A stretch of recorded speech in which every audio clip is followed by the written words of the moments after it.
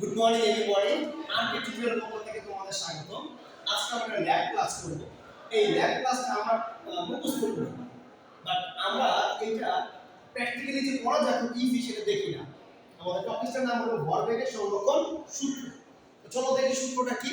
সূত্র হলো যদি বাহ্যিক কোনো বল প্রয়োগ না করা হয়, বাহ্যিক বল প্রয়োগ না করা হয় তবে সংঘর্ষের আগের ভরবেগ ও পরের ভরবেগ সমান থাকবে, অর্থাৎ ভরবেগের কোনো চেঞ্জ হবে না।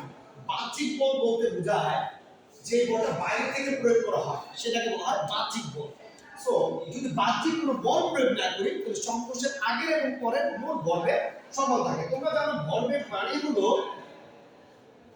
ভর ও বেগের গুণফল।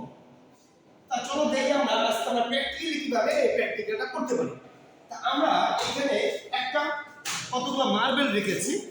এই মার্বেল দিয়ে আমরা দেখবো যে কিভাবে প্র্যাকটিক্যালটা করা যায়। এখান থেকে একটা মার্বেলকে যদি হিট করি তাহলে দেখো ওইখান থেকে একটা মার্বেলই যাবে, অর্থাৎ এই মার্বেলটা ওর যে মোমেন্টাম অর্থাৎ ভরবেগ পরেরটাকে কনভার্ট করছে, ওর ভরবেগ পরেরটাকে কনভার্ট করছে। আবার দেখি একটাকে যদি আমি হিট করি তাহলে ওইখান থেকে একটাই যাবে। তার মানে আমার এই টুকার যে মোমেন্টাম অর্থাৎ ভরবেগ ঘরে কনভার্ট করে, ও ভরবেগ ঘরে কনভার্ট করে, কিন্তু শেষেরটা এই শেষের যে মার্বেলটা ওটাও আর কাউকে কনভার্ট করতে পারে না বলে ওইখান থেকে রিলিজ হয়ে যায়।